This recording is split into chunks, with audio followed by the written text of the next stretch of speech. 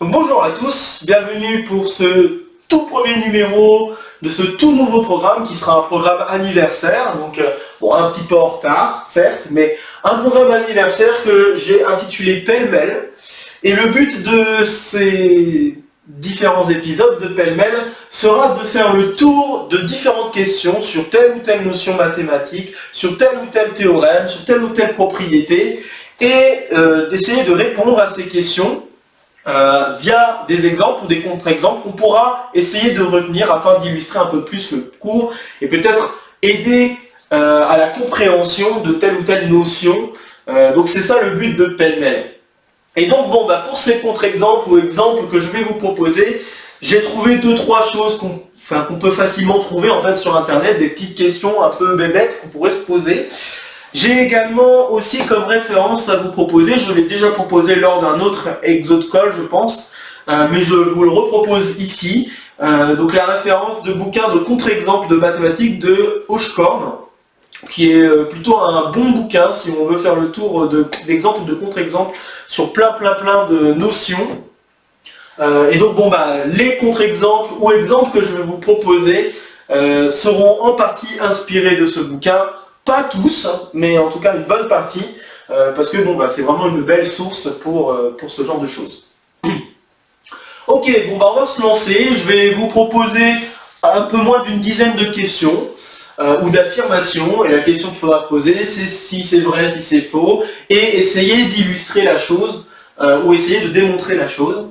Donc la première question la première affirmation que je donne est la suivante. Tout endomorphisme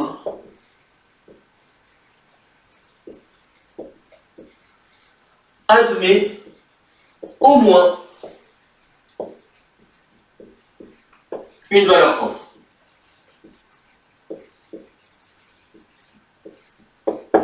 Est-ce que c'est vrai? Est-ce que c'est faux? Et puis si c'est vrai, essayez de vous lancer à une preuve. Si c'est faux, donc endomorphisme bien sûr sur un espace vectoriel, ok, et je ne donne pas d'autres hypothèses que ça. Donc espace vectoriel sur le corps que vous voulez, etc. Il n'y a pas plus que ça.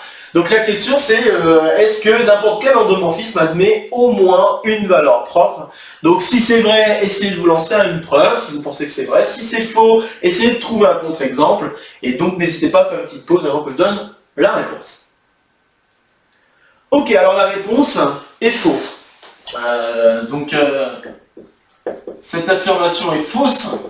Et je vais vous donner un exemple qui est un peu inspiré d'un exemple que j'ai pu donner lors d'un petit exo de colle. Donc je vais redonner la référence. Il s'agit du petit exo de colle numéro 15, où je parlais de la distinction entre ce qu'on appelle valeur propre et valeur spectrale. Alors elle va être en partie inspirée de ça, donc je ne vais pas reprendre la même application, je vais juste la changer un tout petit peu, mais l'application que je vais vous proposer est très largement inspirée de l'application que j'ai pu proposer lors de ce petit exo de colle. Donc ce que je vous propose, c'est l'application suivante, oméga, qui va être définie sur l'espace vectoriel des polynômes à coefficients complexes et qui va vers, bien sûr c'est un endomorphisme, donc on reste dans le même espace, et qui à un polynôme associe le même polynôme mais multiplié par x. Montrer que cette application n'admet aucune valeur propre dans C évidemment. C'est pas très dur. Il suffit de se dire que si, supposons que lambda dans C est valeur propre, on peut le faire par contradiction, donc est une valeur propre. Dans ce cas-là, ça voudrait dire qu'il existerait un polynôme non nul de C crochet x, tel que oméga de P est égal à lambda P. Mais le problème, c'est que oméga de P, c'est x fois P, donc je veux que x fois P est égal à lambda P, et nous avons un problème de degré en fait, puisque le degré de x fois P, ce sera égal au degré de P plus 1, donc strictement plus grand que le degré de lambda P, qui est égal au degré de P. Donc Donc c'est impossible. On ne peut pas avoir un polynôme qui admet deux valeurs de degrés distinctes. Donc voilà, et c'est vraiment égal au degré de p plus 1 tout simplement parce que le polynôme que j'ai choisi est non nul. C'est vraiment, ici c'est vraiment parce que j'ai choisi un polynôme non nul. Si j'avais choisi un polynôme nul, là ça serait tout à fait possible d'avoir égalité, hein, je pense que c'est assez clair. Mais voilà, donc bon bah là on a une contradiction. Hein. Une contradiction.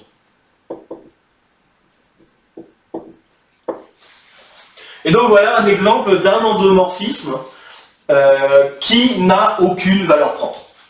Donc alors on pourrait faire d'autres exemples, plus ou moins alambiqués, mais je vous en propose un, si vous en avez trouvé un autre c'est très bien. Et puis voilà, donc le but c'était d'essayer d'illustrer la chose. Alors maintenant on va faire un exemple qui va être un peu tout le contraire. L'exemple, donc là la question que je vous pose, c'est de trouver un exemple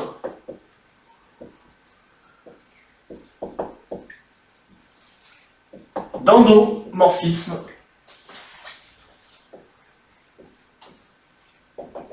qui admet une infinité de valeurs propres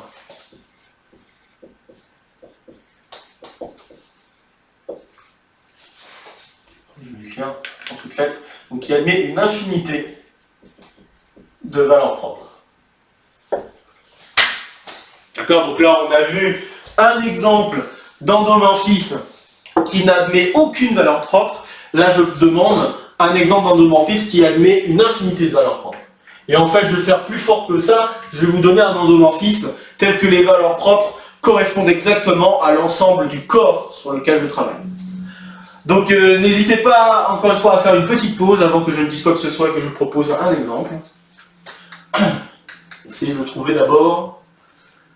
Ok, alors un exemple ici, ce serait de considérer l'ensemble, donc si je travaille avec l'espace vectoriel des fonctions infiniment dérivables de R vers R, et je vais considérer donc un endomorphisme là-dedans, et l'endomorphisme, je vais l'appeler D, ça va être à une fonction, j'associe la dérivée. Bon j'affirme que cette application, c'est bien une application linéaire, parce que ça vient vraiment de la linéarité de la dérivée, que cet endomorphisme admet bien une infinité de valeurs propres, il suffit de penser à l'exponentielle. Donc si je prends f de x comme étant égal à exponentielle de lambda x pour lambda dans C, dans R, pardon, là je travaille dans R, ok, et bien df de x, et bien ça va être lambda fois exponentielle lambda x, c'est-à-dire lambda fois f de x. Donc f de x est une fonction non nulle. Et là j'ai gagné, hein, je viens de montrer que n'importe quel lambda réel est une valeur propre. Ok, donc tout lambda dans R est VAP. Et donc par conséquent j'ai bien un endomorphisme qui admet une infinité de valeurs propres. Ok, donc voilà quelques premiers exemples. Bon alors un exemple sur une question un tout petit peu plus simple, hein, parce que bon, on va faire le tour de questions faciles, questions difficiles. Donc une question facile, donnez-moi un exemple d'une matrice qui n'est pas diagonalisable. Puisque la notion de réduction est quelque chose quand même d'assez important dans l'algèbre linéaire, alors c'est important d'avoir des exemples comme ça, donc je demande un exemple de matrice non diagonalisable.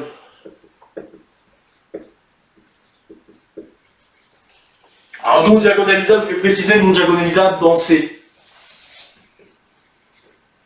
Parce que peut-être que vous avez pensé à un exemple d'une matrice qui serait diagonalisable dans C, mais qui ne serait pas diagonalisable dans R. En général, on y pense assez facilement à ça. Enfin, je sais pas, ça dépend des gens, mais en tout cas, je pense qu'il y a pas mal de gens qui peuvent penser, quand on dit non diagonalisable, ils peuvent se dire oui dans R ou dans C, et ils s'amusent là-dessus. Voilà, je vais carrément dire, je veux une matrice qui n'est pas diagonalisable dans C. Alors, pareil, comme d'habitude, faites une petite pause et essayez de donner un exemple. Ok, bon, voilà, c'est une question vraiment très facile, mais c'est quand même intéressant d'avoir des exemples. Donc là, un exemple, c'est la matrice suivante.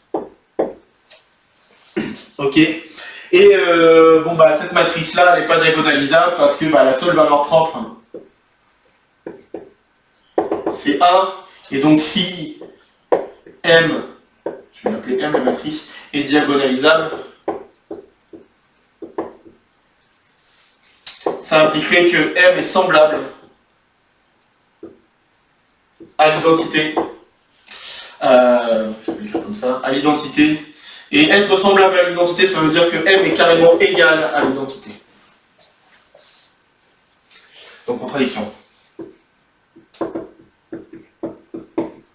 C'est très classique, mais c'est important d'avoir ce genre d'exemple. Alors pareil, une question qu'on pourrait se poser, c'est est-ce que la somme de deux matrices diagonalisables est diagonalisable? Quatrième question, est-ce que la somme de deux matrices diagonalisables est diagonalisable? Est-ce que le produit de deux matrices diagonalisables est diagonalisable? Donc 4. Est-ce que la somme ou le produit, on pourra faire les deux, de deux matrices diagonalisables est diagonalisable. Peu importe dans R ou dans C, c'est comme vous voulez. Bon là ici je pense que je vais essentiellement faire des exemples dans C. Donc pareil, faites comme d'habitude. Petite pause et essayez de répondre à cette question. Ok, alors la réponse à la question c'est non. Et donc je vais donner un contre-exemple pour chacun.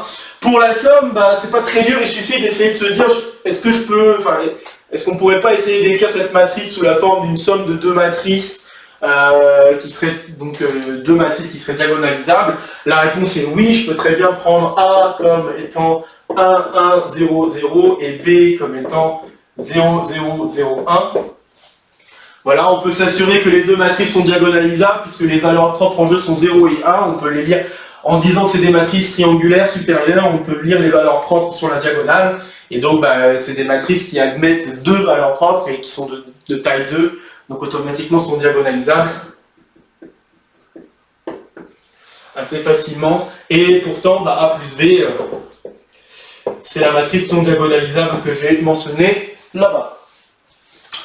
Alors, après, bah, avec ce même exemple, il se trouve que si je fais le produit de ces deux matrices, donc là notamment je vais peut-être faire 1 fois B, on va vérifier là tout de suite. Donc si je fais 1 fois B, qu'est-ce que j'obtiens? Alors on va pas faire de bêtises, donc 0, donc ça c'était assez évident. Là j'ai 1 et normalement 0 en dessous. Voilà, ouais, donc ça marche. Donc je vais obtenir cette matrice là, et en fait de la même, avec un raisonnement assez similaire au raisonnement que j'ai fait ici. Ici la seule valeur propre ce serait 0. Donc ça voudrait dire que si la matrice était diagonalisable, elle serait semblable à une matrice nulle. Et être semblable à une matrice nulle, c'est être nul. C'est pas le cas. Ok, donc celle-là, elle est non diagonalisable.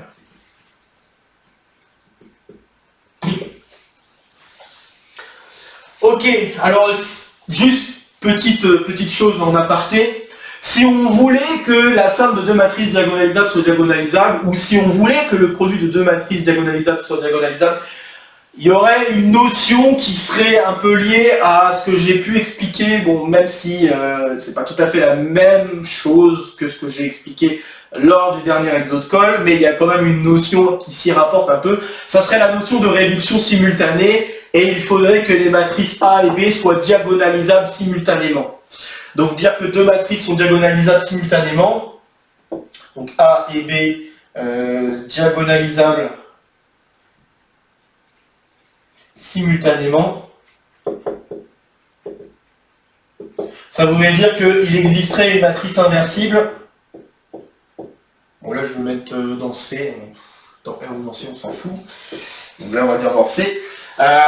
Il existe une matrice inversible dans GLM de C, donc telle que, eh bien, A serait égal à P-1 dP et B serait égal à P-1 delta P.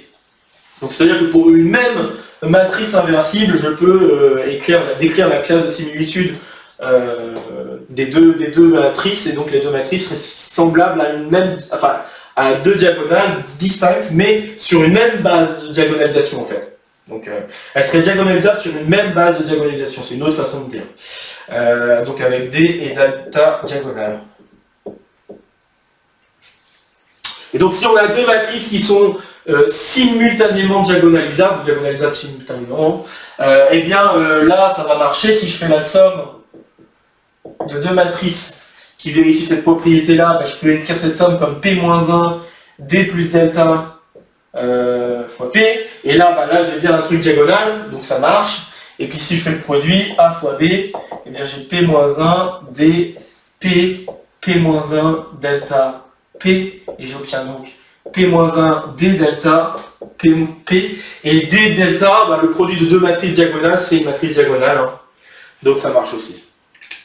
Okay, donc si on voulait essayer d'avoir une propriété une propriété supplémentaire afin de s'assurer que la somme et le produit de deux matrices diagonalisables soient diagonalisables, il faudrait la propriété de diagonalisation simultanée.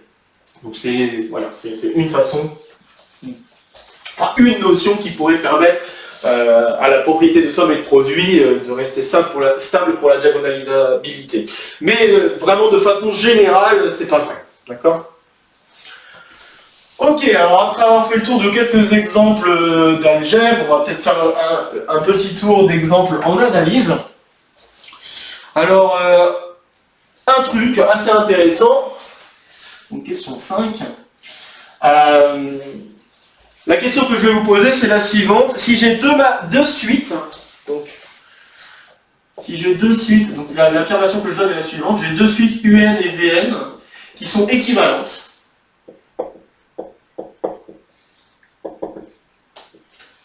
La question c'est, ce que j'affirme, c'est le fait d'avoir deux suites qui sont équivalentes implique que la série des UN et la série des VN sont de même nature.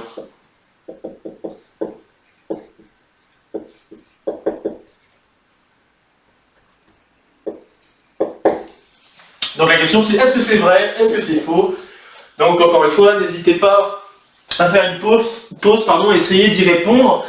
Et suivant ce que vous pensez, soit essayer de le prouver, soit essayer de trouver un exemple ou un contre-exemple. Ok, alors la réponse à cette question est faux. Il faut une condition supplémentaire pour que ce soit vrai. La condition supplémentaire, c'est qu'il faut que l'une des deux suites, peu importe laquelle, l'une des deux suites soit positive à partir d'un certain rang. Pour que ce soit vrai,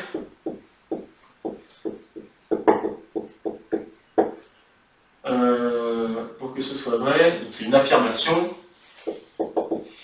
il faut que soit UN soit VN, bon là je vais dire UN soit positive à partir d'un certain rang.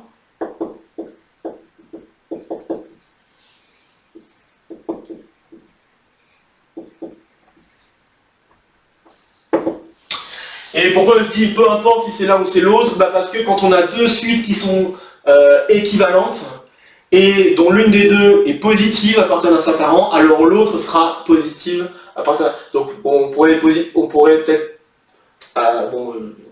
même affirmer positif strict, mais bon, parce que bon, pour avoir des équivalences, c'est quand même mieux de dire qu'on n'est pas équivalent à 0, peut-être. Mais bon, après tout, si UN égale 0, bon, la notion d'équivalence, on peut plus vraiment en parler, mais... Voilà, c'est une petite subtilité, je pourrais mettre juste UN strictement positif, mais bon, je ne vais pas m'embêter avec ça. Donc là, ici, la condition importante qu'il faut avoir en plus, c'est le fait que la suite est positive. Et donc, je vais vous donner un contre-exemple de deux suites, où on va avoir deux suites qui sont équivalentes et qui pourtant donnent des séries qui ne vont pas être de même nature. Alors, les deux suites que je vais vous donner sont les suivantes. Je vais prendre UN comme étant moins 1 puissance n sur racine de m plus 1 sur n, et Vn comme étant moins 1 puissance n sur racine de m. Voilà, c'est normalement assez simple de voir que les deux séries ne sont pas de même nature. Alors, je vais commencer par ça. La série des UN diverge. Pourquoi? Parce qu'on peut appliquer le critère des séries alternées à la première partie, mais la deuxième partie, c'est la série harmonique. Et donc, ça, c'est une série qui diverge. Ça donne une série qui converge. Et une série qui converge plus une série qui diverge, ça fait une série qui diverge. Donc la série des UN diverge et la série des VN converge. par, encore une fois, le critère des séries alternées. Donc voilà, déjà les deux séries sont de nature différente. Maintenant, si je voulais regarder l'équivalence, bah, je me rends compte que si je regardais UN sur VN, bah, ce que j'obtiendrais, ça serait la chose suivante, j'obtiendrais 1 plus moins 1 puissance n sur racine de n. Après simplification, et donc quand n tend vers l'infini, bah, j'obtiens 1. Donc ça veut bien dire que UN équivaut à Vn quand n tend vers l'infini. Voilà, d'accord? Donc c'est important, et là, en effet, la chose que j'ai mis en défaut, c'est l'hypothèse UN positive. Ok? Bon, alors je viens de faire mention du critère des séries alternées. Alors la question que je vais vous poser, c'est par rapport à ce critère. Pour le critère des séries alternées, il faut vérifier plusieurs choses. La première, c'est que il faut que ça alterne. Bon. La deuxième, il faut que la valeur absolue, la suite des valeurs absolues de la chose ici, soit décroissante et soit de limite nulle. Ok. Je suis sûr que vous pouvez facilement trouver un contre-exemple à partir du... Donc un contre-exemple, c'est-à-dire, ce qu'on va faire, c'est qu'on va jouer sur les hypothèses, et je suis sûr que vous pouvez trouver une suite qui va diverger, qui ne vérifie pas l'alternance. Je suis sûr que vous aurez aussi un peu de facilité à trouver une suite, c'est quasiment trivial, une suite qui ne vérifie pas la condition que le terme général tend vers 0 et donc la série diverge. Ça, normalement, c'est direct puisque c'est une condition nécessaire. Enfin, c'est une condition nécessaire pour que la série converge. Enfin, pour qu'une série de termes converge. Pour qu'une série de termes converge, il faut que la suite elle-même tende vers 0. Donc ça, voilà. Mais par contre, je pense que vous aurez un petit peu plus de difficulté pour trouver un exemple comme je vais vous le demander. Donc je veux que vous me trouviez un exemple de série de moins 1 puissance n fois an, avec an, donc cette série elle doit être divergente. Et ce que je veux, c'est que les an soient positifs, donc c'est un peu pour que le critère des séries alternées soit en partie vérifié, mais pas totalement. Ça, et que la limite, quand n tend vers l'infini de an, tend vers 0. C'est-à-dire que ce que je mets en défaut, c'est la condition d'être décroissante. Ok?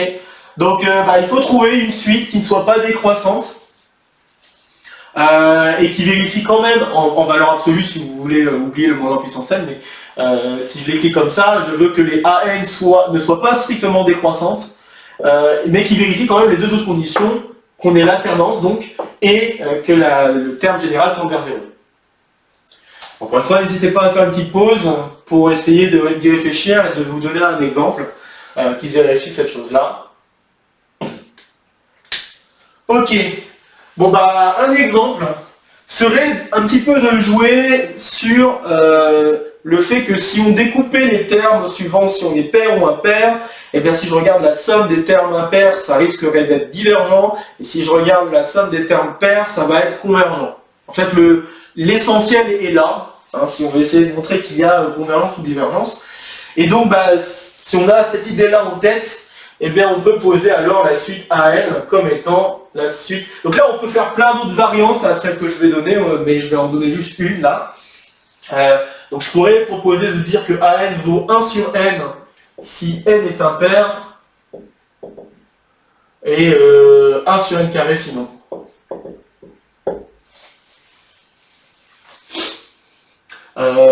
Peut-être pour que ce soit plus simple, bon, c'est qu'un détail, mais je veux dire N pair ici, et N impair pour les 1 sur N carré. Alors, ce qui se passe, c'est donc en effet ce que je mentionnais un peu, c'est qu'on va se retrouver avec la somme des 1 sur 2k d'un côté, et de l'autre côté, on va se retrouver avec la somme des 1 sur 2k plus 1 au carré. Si on distingue les signes, hein, donc les signes, on aura un plus ici, un moins ici. Mais de ce côté-là, la somme des 1 sur quelque chose au carré, c'est convergent par critère de Riemann.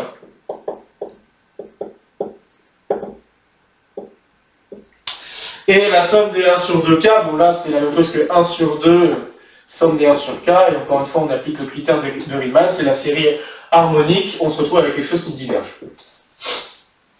Et donc divergence plus convergence, ça fait divergence. Donc ça veut dire que la somme des moins 1, des moins 1 puissance n à n diverge.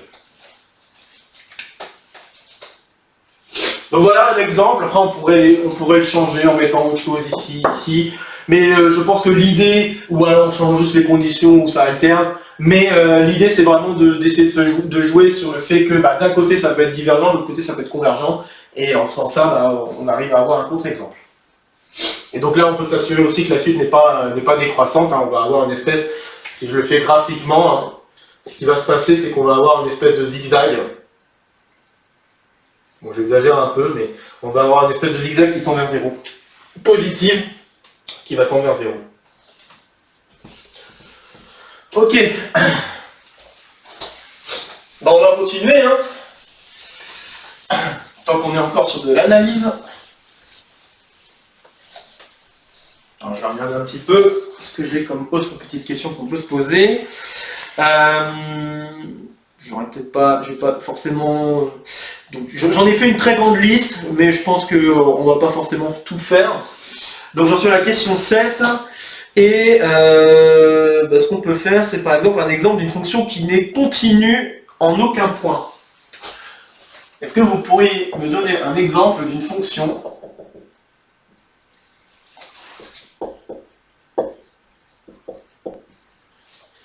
qui n'est continue, donc de R vers R, qui n'est continue en aucun point?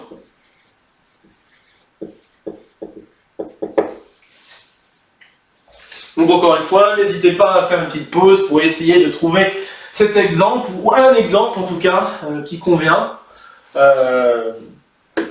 avant que je ne dise quoi que ce soit. Ok, alors l'idée pour trouver un exemple qui vérifie cette chose-là, c'est d'essayer de prendre un ensemble dense dans l'ensemble des réels. Je peux, là, essentiellement, et alors, je veux pas juste n'importe quel ensemble dense, je veux aussi un ensemble dense tel que son complémentaire est aussi un ensemble dense. Comme ça, je vais pouvoir jouer sur ces histoires de densité, et donc si je prends des intervalles ouverts, eh bien, en jouant sur les valeurs que peut prendre la fonction et en distinguant les valeurs que je peux obtenir pour l'ensemble lui-même et pour les éléments qui ne sont pas dans l'ensemble, eh bien, je vais pouvoir m'en sortir en disant...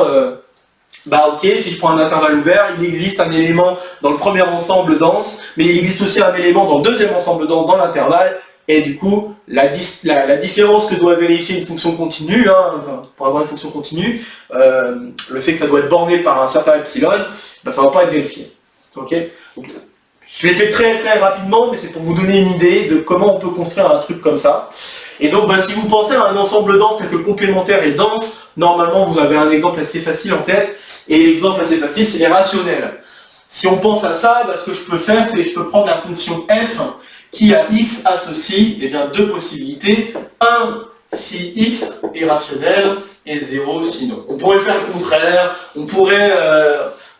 là vraiment c'est un peu libre le choix du type de fonction, mais je pense que la bonne idée c'est vraiment de penser à un ensemble dense tel que le complémentaire est aussi dense. Si on pense à ça, après, il faut juste poser la bonne fonction pour que les choses fonctionnent. Donc, c'est essentiellement ça. Donc là, je vous propose cette fonction-là. Maintenant, reste à montrer qu'en effet, cette fonction, elle est continue en aucun point. Alors, pour montrer qu'une fonction n'est continue en aucun point, là, il faut déjà comprendre ce que ça veut dire qu'une fonction ce que veut dire le fait qu'une fonction n'est pas continue. D'accord? Alors, qu'est-ce que ça veut dire qu'une fonction n'est pas continue? Ça veut dire que d'abord, il faut commencer à écrire ce que ça veut dire une fonction continue. En fait, je pense que c'est plus simple de penser comme ça. Mais donc, qu'est-ce que ça veut dire avoir une fonction continue? Ça veut dire que pour tout epsilon positif, il existe un état positif tel que pour tout x appartenant à un certain voisinage. Donc, le voisinage en général, on prend l'ouvert autour d'un certain x0. Donc état et puis x0 plus état, donc tel que, c'est pas il existe, pardon, il existe un voisinage, mais c'est pour tout x dans le voisinage, la différence entre f de x et f de x0 doit être plus petit que epsilon. Ok. Alors il faut juste, donc ça c'est la continuité en x0. Et donc si on veut la non-continuité, il suffit de donner le contraire de cette chose-là. Donc ça voudrait dire qu'il existe un epsilon positif tel que pour tout état positif, il existe un x appartenant à l'intervalle x0 moins état x0 plus état, tel que la différence de f de x avec f de x0 soit plus grande ou égale à ce epsilon. Bon voilà, puis après on peut, donc là on peut deviner quel epsilon je peux choisir. Donc l'epsilon que je peux choisir c'est un epsilon qui serait plus petit que 1, donc bon, tant qu'à faire je vais prendre epsilon égale 1,5. Voilà. Et puis là je vais choisir l'état, donc soit un état positif. J'ai oublié de préciser que je vais prendre un x0 au départ, donc je prends un x0 dans les réels au départ. Soit état positif. Alors maintenant il faut que j'explique qu'il existe un x, alors il va y avoir une certaine distinction k à faire. Alors la distinction k va être la suivante, ça va dépendre si x0, le x0 que j'ai choisi, il est rationnel ou irrationnel. Donc si x0 est rationnel, il suffit d'affirmer qu'il existe un irrationnel dans l'intervalle là-dedans. Et c'est le cas parce que l'ensemble des irrationnels est aussi dense dans l'ensemble des réels. Donc il existe un x dans l'intervalle x0 moins état, x0 plus état, inter les non rationnels, donc je vais l'écrire r moins q. Et donc ça, cette existence est due au fait que r moins q est dense. Et dense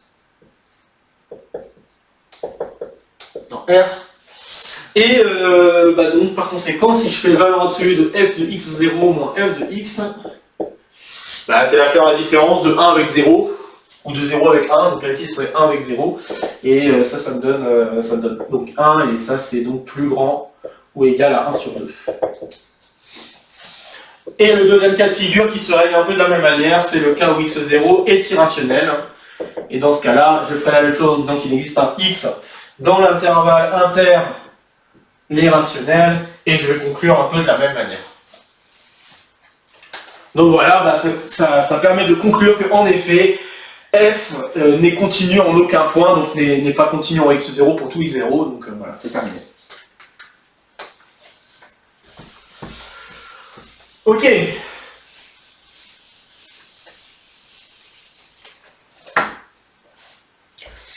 Alors après, qu'est-ce qu'on peut faire comme autre exemple sympa? Alors un autre exemple sympa, ça serait aussi un exemple d'une fonction qui serait convexe, mais qui n'est pas continue. 8. Donc c'est vrai que j'aurais peut-être pu la poser en forme de question, mais tant pis, je vais l'écrire comme ça. Je veux un exemple d'une fonction convexe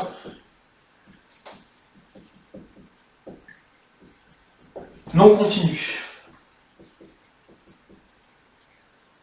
Alors ça peut être un peu surprenant, mais je vais en dire un peu plus. Je vais d'abord vous laisser faire une pause et essayer de répondre à cette question par vous-même en réfléchissant un petit peu, parce que bon là normalement ça va peut-être vous surprendre un peu, mais en effet c'est tout à fait possible. Donc voilà, n'hésitez pas à faire une petite pause pour essayer d'y réfléchir et de trouver un exemple avant que je vous dise quoi que ce soit. Ok, alors ce qui doit être surprenant, c'est que dans votre tête, vous avez peut-être l'idée d'une propriété qui dirait que si j'ai une fonction convexe, alors la fonction est continue. Malheureusement, cette propriété n'est vraie que si la fonction convexe que je regarde, elle est définie sur un ensemble ouvert. D'accord? Donc la propriété dit la chose suivante, une fonction convexe sur un ouvert est une fonction continue. Donc, la bonne idée, c'est de définir une fonction convexe, mais sur un ensemble qui n'est pas ouvert. Et donc, un exemple que je peux faire en pensant comme ça serait l'exemple suivant. Alors, on peut le faire graphiquement pour se donner une idée, mais là, je vais directement donner une expression. Donc, une fonction à laquelle on peut penser, c'est une fonction définie sur R+, vers R. de ne pas s'embêter pour les valeurs. Donc, je pourrais mettre R+, si je veux, mais je ne vais pas le dire. Et ce que je vais faire, c'est qu'à X, j'associe. Et là, je vais, ouais, en fait, essentiellement, je vais jouer juste sur la partie finie. Enfin, la partie, pas la partie finie, mais la partie fermée, entre guillemets, de mon ensemble. Parce que là, je suis pas très loin d'avoir un ouvert. Hein. Pour avoir un ouvert, il aurait fallu mettre 0 exclu. Et en fait, je vais juste essentiellement jouer avec le 0 qui est inclus et faire une discontinuité avec ce 0 inclus. Donc, ce que je vais faire, c'est que je vais dire, bah, par exemple, que ça vaut 1 si x égale 0, et ça vaut x carré si x est strictement positif. Voilà. Donc, je prends cet exemple-là. Alors, graphiquement, qu'est-ce que ça veut dire? Bah, je vais avoir un truc comme ça. Hop. Donc, j'ai ça. Là, j'exclus, et je vais me retrouver avec ça. Ok. Et donc vous pouvez vous convaincre que si vous dessinez n'importe quelle corde, ben, ça va bien marcher, la corde va se trouver au-dessus de la courbe, ce qui est bien la définition de convexité. Sinon on peut vraiment lancer le calcul. De toute façon, il est clair que la fonction x carré c'est une fonction convexe, donc elle va déjà être convexe, enfin la fonction va déjà être convexe sur R plus étoile. Et la seule difficulté c'est quand j'ajoute ce point là. Donc si je prends si x égale 0, et que je prends un y dans n'importe quel réel positif non nul, disons, et bien si je regarde f de 1 moins t fois x plus t fois y, bien son image là, bah là ça revient à la même chose que de regarder f de ty, donc ça va être égal à t carré y carré.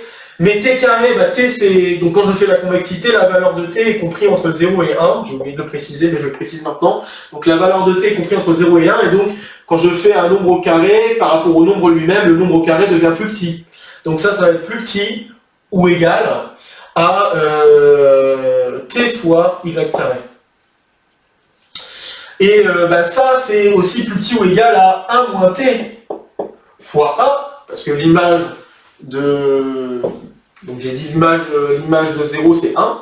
Donc 1 moins t fois 1 plus t fois y carré. Donc là j'ai ajouté un terme positif. Donc en ajoutant un terme positif, bah, j'ai toujours l'inégalité dans le bon sens. Et donc je conclue, hein, parce que 1 c'est bien f de 0, donc j'ai bien... ça c'est bien égal à 1 moins t fois f de x plus t fois f de y. Et ça c'est bien l'inégalité de convexité. Okay, et puis après, bah, si je prends x et y, un couple là-dedans, hein, bah, là l'inégalité est bien vérifiée, comme je l'ai dit déjà avant, parce que la fonction x carré sera bien convexe. Okay. Voilà, donc ça marche, hein, c'est bien une fonction qui est convexe et qui n'est pas continue, puisque là on a une discontinuité en 0. Et donc, bah, en fait, comme je l'ai dit, hein, si vous avez cette idée-là que, en effet, là, pour que la propriété de dire qu'une fonction est convexe implique que la fonction est continue, si vous avez bien en tête que ça vient du fait que vous travaillez avec un ensemble ouvert, hein, c'est important de travailler avec un ensemble ouvert, eh bien vous auriez pu vous dire, bah, si je fais un petit dessin, peut-être que vous avez pensé à faire ça sans avoir d'expression, et je pense que c'est une bonne chose. Si vous avez pensé à faire ça, bah, vous auriez pu penser à faire, j'ai une fonction comme ça, graphiquement, je pourrais faire une fonction comme ça avec les extrémités un peu excentrées, hein, c'est-à-dire qui ne correspondent pas à la continuité.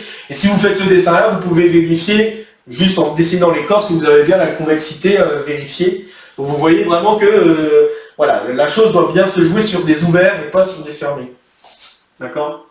Donc voilà, ça c'est un exemple de fonction convexe qui n'est pas continue, et vous voyez que tout se joue sur l'ensemble sur lequel on définit la fonction convexe en fait.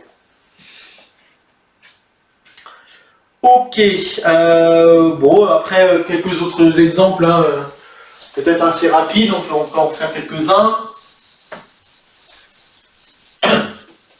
Alors je voudrais un exemple d'un groupe non abélien. Voilà, hop. Ça c'est très facile, mais il faut quand même s'être posé la question au moins une fois. Donc, question 9. Je veux un exemple. Alors, je vais préciser de groupe fini.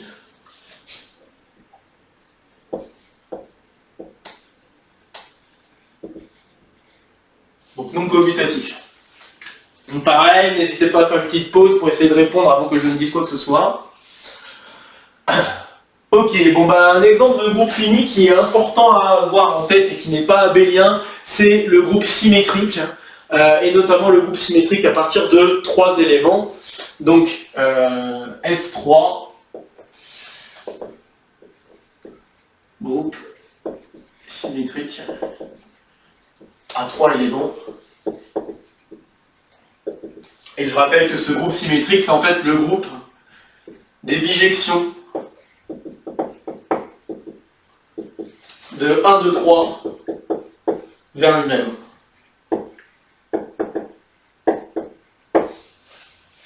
Ok, donc un élément dans S3 par exemple, je vais le faire de manière graphique.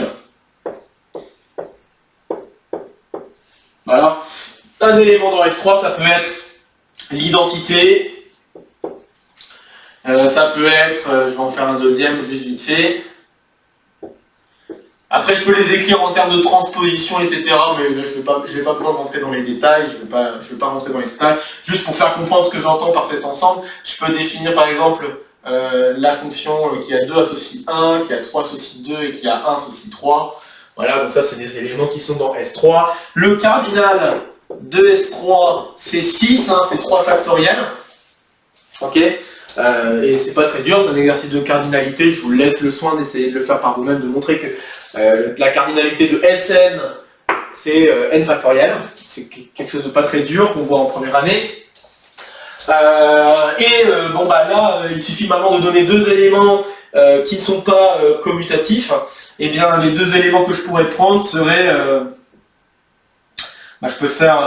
donc les 2 éléments que je vais prendre seraient... je vais prendre l'élément qui a 1 va vers 2 et 2 va vers 1 et 3 reste tout seul. Donc c'est la transposition hein, de 1, 2. Et comme deuxième élément, je vais faire la transposition de 2 et 3. Donc 2 va vers 3, 3 va vers 2. Et 1 reste tout seul. Et donc si je compose les deux, donc là si j'ai sigma 1, sigma 2, donc si je fais sigma 1 puis sigma 2, qu'est-ce que j'obtiens?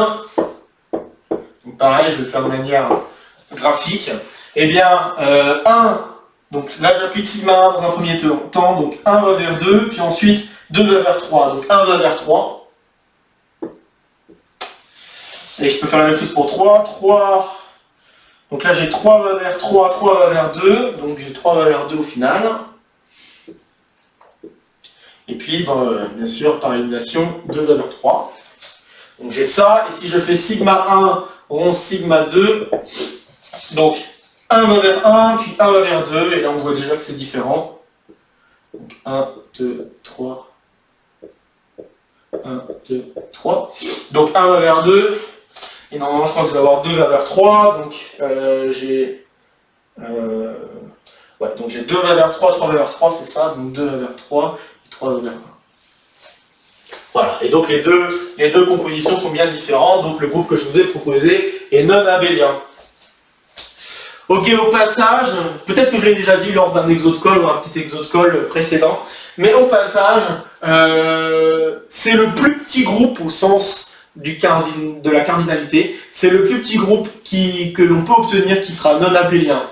Donc ça peut être un mini-exercice pour vous d'essayer de voir qu'en effet, si vous vous donnez un groupe de cardinal plus petit strictement à 6, donc ça veut dire un groupe soit à 2 éléments. Un élément, c'est pas très fun à faire, mais un groupe à 2 éléments, à 3 éléments, à 4 éléments ou à 5 éléments, si vous donnez ce type de groupe, à chaque fois vous allez vous retrouver avec un groupe qui va être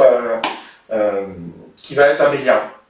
Donc voilà, c'est quand même quelque chose de... Et ça peut être un peu contre-intuitif, surtout si vous avez des idées, je pense à quelques gens qui pourraient avoir des idées sur des produits semi-directs, des choses comme ça, et peut-être se dire, si je fais Z2, produit semi-direct avec Z2, est-ce qu'il se passe pas quelque chose? Je dis ça vite fait pour ceux qui penseraient à ça. En fait, ce produit semi-direct, ça va être la même chose que le produit direct. Donc, ça veut dire que ça reste commutatif, en fait. Je peux vraiment vous inviter à essayer de voir cette propriété-là. Donc c'est le plus petit groupe en termes de cardinalité qui va être non commutatif. Bon après, c'est peut-être pas le seul, parce que c'est vrai que je dis le en disant peut-être c'est le seul, et là je ne suis pas sûr du tout de savoir si c'est le seul ou pas. Donc voilà. Mais en tout cas, on ne peut pas trouver de groupe plus petit qui va être non commutatif en termes de cardinalité. Plus petit strict. Ok, bon, je vais faire peut-être une dernière question. Hop. Bon, j'ai plusieurs choses hein, que j'aurais pu proposer, mais c'est pas grave. Un dernier exemple que je peux proposer, c'est... Qu'est-ce qui peut être intéressant? Je pense que ce qui peut être intéressant, c'est... Voilà, alors... On connaît des propriétés, par exemple, sur les séries de fonctions, et la propriété de convergence simple, convergence uniforme et convergence normale. Ok. Et normalement, vous devriez savoir qu'une convergence normale implique une convergence uniforme qui implique une convergence simple. Mais les applications ne marchent pas dans l'autre sens, et ça peut être peut-être bien d'avoir un contre-exemple ou un exemple qui illustre ça. Eh bien, c'est ce que je vais vous demander de chercher. Je vais vous demander de chercher un exemple de série de fonctions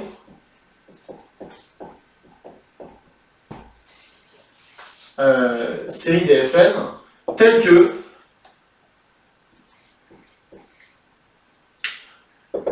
alors le premier, donc le petit a, je veux une série de fonctions qui convergent simplement mais pas uniformément, et un exemple de convergence uniforme mais pas normalement. Ok, alors n'hésitez pas à faire une petite pause pour essayer d'y réfléchir un petit peu avant que je ne dise quoi que ce soit.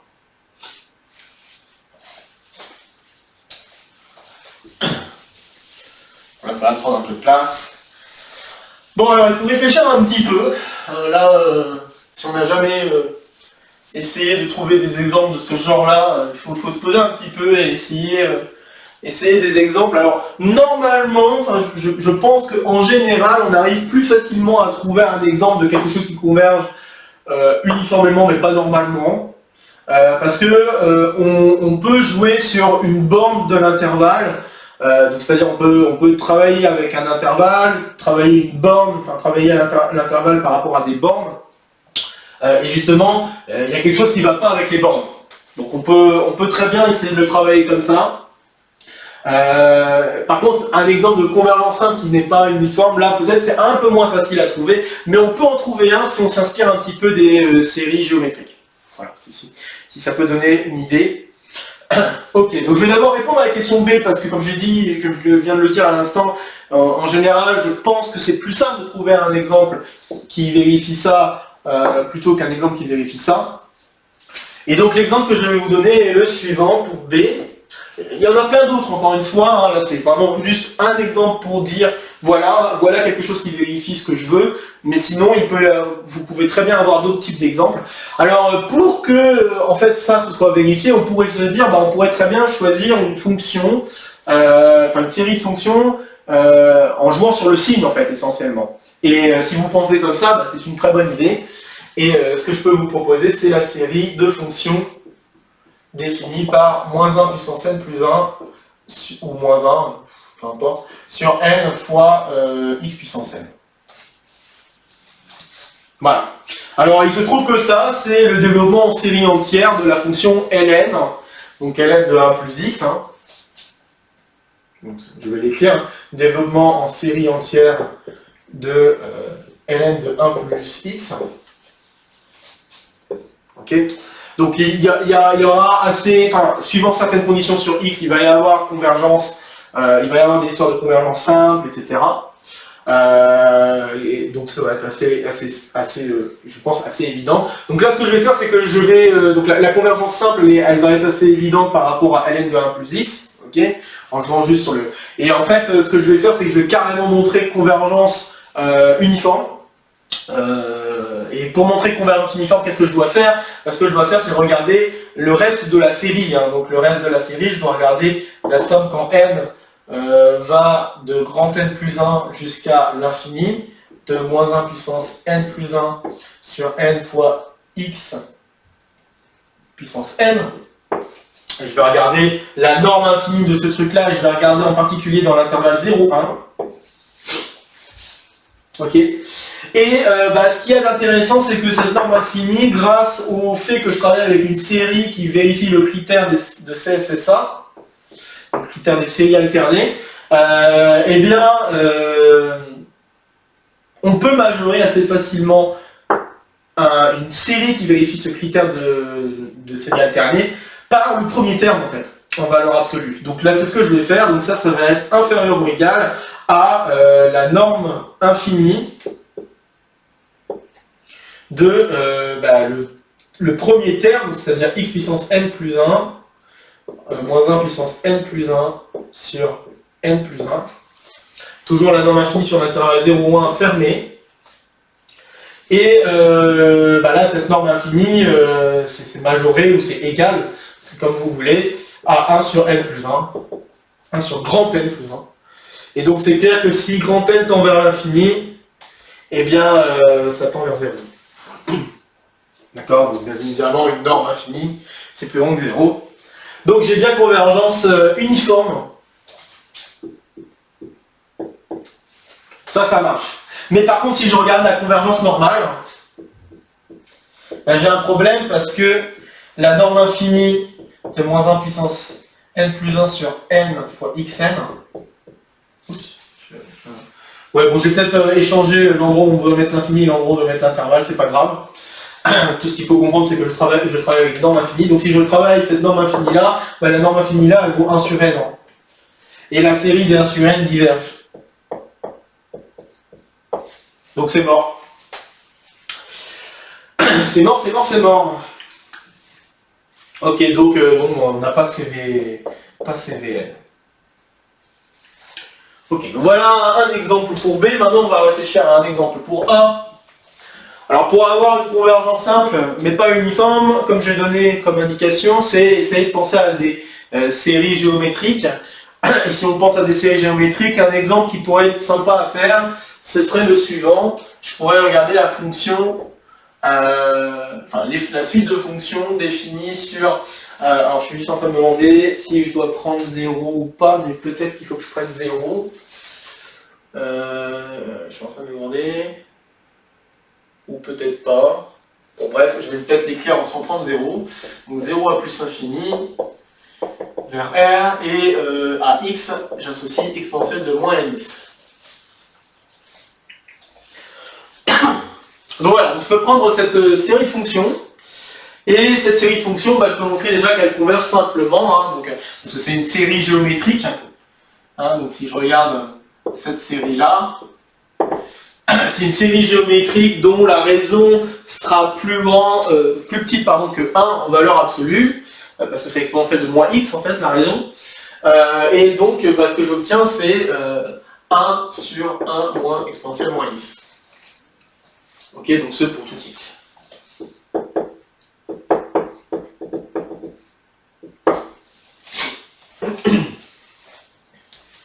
Ok, et maintenant, si je veux essayer de m'intéresser à la convergence uniforme, je vais avoir un problème. Parce que la convergence uniforme, ça veut dire qu'il faut que je regarde la série pour n allant de grand n plus 1 jusqu'à l'infini de exponentielle de moins nx. Et donc je vais regarder la norme infinie sur l'intervalle 0 plus infini. Cette série-là, je peux la calculer. Donc si je la calcule, ce que j'obtiens, c'est la norme infinie de exponentielle de, alors il ne faut juste pas faire de bêtises, de moins grand n plus 1 fois x. Le tout fois 1 sur 1 moins exponentielle moins x.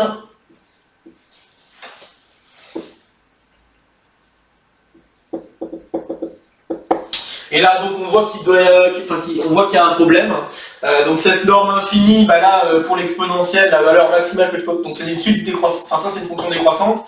Et ce qu'on a en dessous, c'est une fonction décroissante, mais avec l'inverse, ça devient une fonction croissante. Le produit de fonction croissante, c'est une fonction... Est-ce que j'ai des bêtises? Oui, j'ai dit des bêtises, pardon. Ça, c'est une fonction décroissante, et ça, c'est aussi une fonction décroissante, le produit de deux fonctions décroissante positive, ça reste une fonction décroissante positive. Bon voilà. Et donc la valeur maximale est atteinte pour 0. D'accord. Et si j'étudie la fonction jusqu'au bout, on verrait que cette norme infinie, c'est l'infini. Donc gros problème, on n'a pas CVU. Bon, pour être bien précis, ça serait bien de faire une petite étude de fonction pour s'assurer de ce que je viens de dire là, mais c'est quelque chose de pas très, je pense que c'est quelque chose de pas très difficile à concevoir en se disant que bon, cette norme infinie là, enfin, pour juste cette fonction là, ça va être 1, et après ce qui va être un peu embêtant, c'est quand lui va s'approcher de 1. Donc c'est-à-dire quand x tend vers 0 ici, là je vais avoir un problème, ça va être de plus en plus grand et je peux avoir donc l'infini. Donc on n'a pas CV. Bon voilà, je pense que ce sera tout pour cet épisode pêle-mêle. Il y en aura d'autres, hein, donc je pense que ce sera un programme que j'effectuerai chaque année, donc pour fêter l'anniversaire de la chaîne. Et j'espère que ce premier pêle-mêle aura été assez utile en faisant le tour de différentes notions. Bon, j'ai bien évidemment pas le temps de faire le tour de toutes les notions, parce que si je faisais le tour de toutes les notions, la vidéo serait encore plus longue et c'est pas le but que j'aimerais atteindre. Là, ce que je veux, c'est essayer de vous donner déjà des premiers exemples, des premiers contre-exemples auxquels on peut penser quand on travaille. Et c'est vraiment une bonne chose à faire quand on essaie de résoudre un exercice et qu'on est un peu embêté parce que on ne sait pas exactement si la propriété qu'on veut utiliser est correcte ou pas.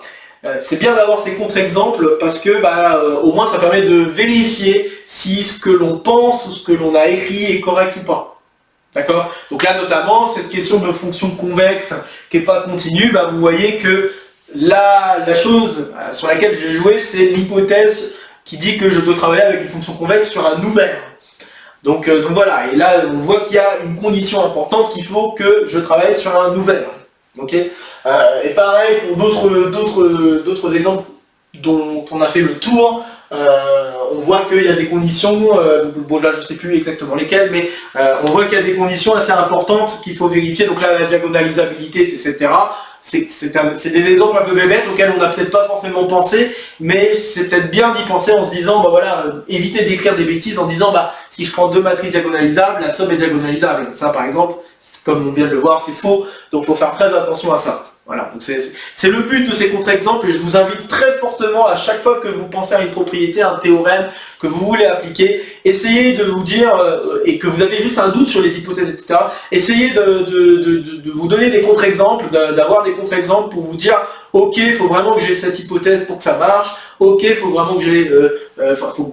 peut-être que je peux enlever une hypothèse ou pas, bon là c'est moins facile de voir si on doit enlever une hypothèse ou pas, mais en tout cas ça permet de vérifier d'office s'il ne manque pas des choses dans ce que vous énoncez, et voilà, donc c'est en ça que les exemples et contre-exemples que je vous ai donnés, et que je vous donnerai également dans le cadre des exos de code, des petits exos de code, et également d'autres numéros de pêle-mêle,